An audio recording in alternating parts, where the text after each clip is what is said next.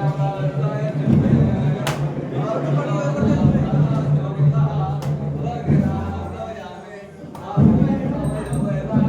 ప్రభుత్వం ఇంట్లో ఎంతమంది ఉంటే అంతమంది పిల్లలకి డబ్బులు వేస్తామని చెప్పేసి తర్వాత ఒక్కరికి వేశారు. ఇప్పుడు ఎంతమంది పిల్లలు ఉంటే అంతమందికి నారా చంద్రబాబు నాయుడు గారు మన కూటమి ప్రభుత్వం ఇంతమందికి ఘనంగా 6 మంది ఉంటే 6 మంది, 12 మంది ఉంటే 12 మంది కూడా ఒక అన్నమయ్య జిల్లాలో రాజంపేటలో దాదాపుగా 12 మంది పిల్లలు ఉంటే 12 మంది పిల్లలకి ఒకేసారి డబ్బులు పడినాయి. అంటే ఎవరికైనా చంద్రబాబు నాయుడు గారు ఎంత సంక్షేమాన్ని అందిస్తున్నాడంటే తల్లి వందనం ద్వారా పిల్లలకి చదువుకోవడానికి చాలా ప్రజలు కూడా చాలా సంతోషంగా ఉన్నారు. కాబట్టి ఈ యొక్క కార్యక్రమం భాగంగా ఈ కార్యక్రమానికి రావడం కూడా చాలా సంతోషంగా ఉంది. అలాగే గత ప్రభుత్వం ఎక్కడ అభివృద్ధి నీరు గార్చినందుకు ఈసారి ప్రతి ఒక్కటి మన మీదనే బడన్ పడినాయి. కాబట్టి ఎందుకంటే ఎక్కడ పోయినా మొన్న మేము ఇంటింటి కార్యక్రమంలో జరిగినప్పుడు మాకు కాలువలు లేవు, రోడ్లు లేవు, ఇలాంటి ఎన్నో ఎదురయ్యాయి. ఎందుకంటే గత ప్రభుత్వంలో ఇవ్వలేదు కాబట్టి, చేయలేదు కాబట్టి ఈసారి మనకి పడ్డాయి. ఈసారి మొన్న దాదాపుగా ఎన్ఆర్జీఎస్ కింద దాదాపుగా 2 కోట్లని శాంక్షన్ చేయించడం జరిగింది. అంటే అలాగే ఇంకా రాను కూడా మనకి వస్తూనే ఉంటాయి నిధులు. అభివృద్ధిని కూడా డెవలప్మెంట్ చేసుకోవడానికి అనుకూలంగా ఉంటుంది. ఎందుకంటే మనకి విష్ణువర్ధన్ రెడ్డి గారు ఉన్నారు కాబట్టి విష్ణువర్ధన్ రెడ్డి గారు దేనికైనా ఎంతటికైనా ఆయన ముందుకెళ్ళి పనులను సాధించడానికి కూడా మేమిద్దరం కూడా కలిసి కూడా వెళ్తున్నాం. ఎందుకంటే ఇద్దరం చంద్రబాబు నాయుడు గారి దగ్గరికి వెళ్ళినప్పుడు కొడుమూరు ఇష్యూస్, వాటర్ ఇష్యూస్ అయితేనేమి, నిధులు కావాలని చెప్పేసి రోడ్లకి, కాలువలకి, అలాగే తాగునీటికి చాలాసార్లు అర్జీలు కూడా ఇవ్వడం జరుగుతుంది. కానీ ఖచ్చితంగా ఆ పనులు కూడా కావాలని సవీనంగా నేను, విష్ణువర్ధన్ రెడ్డి గారు, చంద్రబాబు నాయుడు గారికి కూడా విన్నవించడం జరిగింది. కాబట్టి ఆ పనులు కూడా పూర్తయితే బాగుంటుందని కోడుమూరు నియోజకవర్గంలో అభివృద్ధి జరుగుతుందని తెలియజేసుకుంటూ ముగించుకుంటున్నాను. జై హింద్, జై తెలుగుదేశం, జై నారా చంద్రబాబు నాయుడు.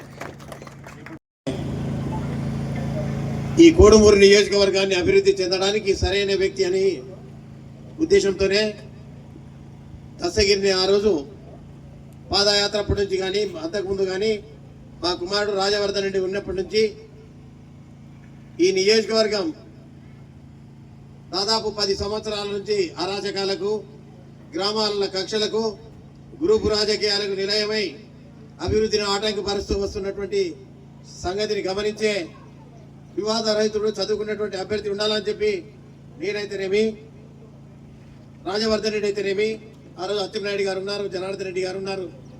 ఆ రోజు చేసినటువంటి విషయం కాదు ఇది. ఈ ఎమ్మెల్యే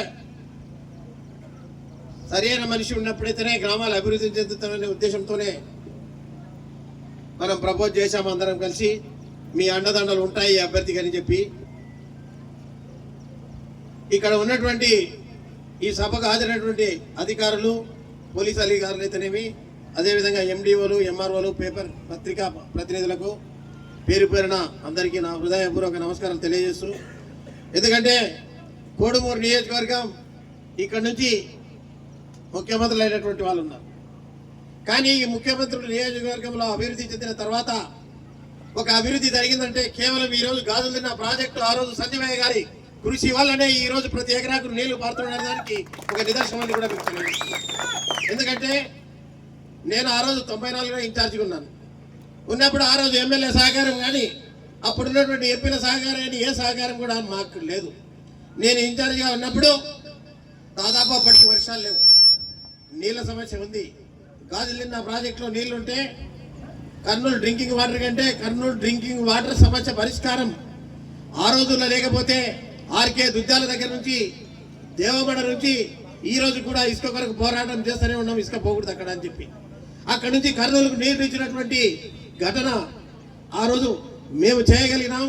ఇప్పుడు ఈ రోజు గాజులిన్న నుంచి కేవలం కర్నూలుకు నీళ్లు సాకని చెప్పి కోడుమూరు నియోజకవర్గంలో రైతులను ఎండబెడితే సరిపోదని చెప్పి రైతాంగాన్ని అంతా కోడుమూరుకు వస్తే అక్కడ ఒక మీటింగ్ పెట్టి ఖచ్చితంగా నీళ్లు వదలాలని చెప్పి గాజులిన్న నుంచి నీళ్లు ఆ రోజు వదిలిస్తే 10 సంవత్సరాల నుంచి లేని అవడగుంట్లు అయితేనేమి, చాలా గ్రామాలకు వేస్తే ఆ రోజు 10 సంవత్సరాల నుంచి లేని కాలువకు కూడా నీళ్లు ఇప్పించినటువంటి ఘనత ఆ రోజు చంద్రబాబు నాయుడు గారు ముఖ్యమంత్రి ఉన్నారు, లోకేష్ గారు ముఖ్యమంత్రిగా ఉన్నారు, వాళ్ళతో చెప్పి వెంటనే పరిష్కారం చేయడం కూడా జరిగింది.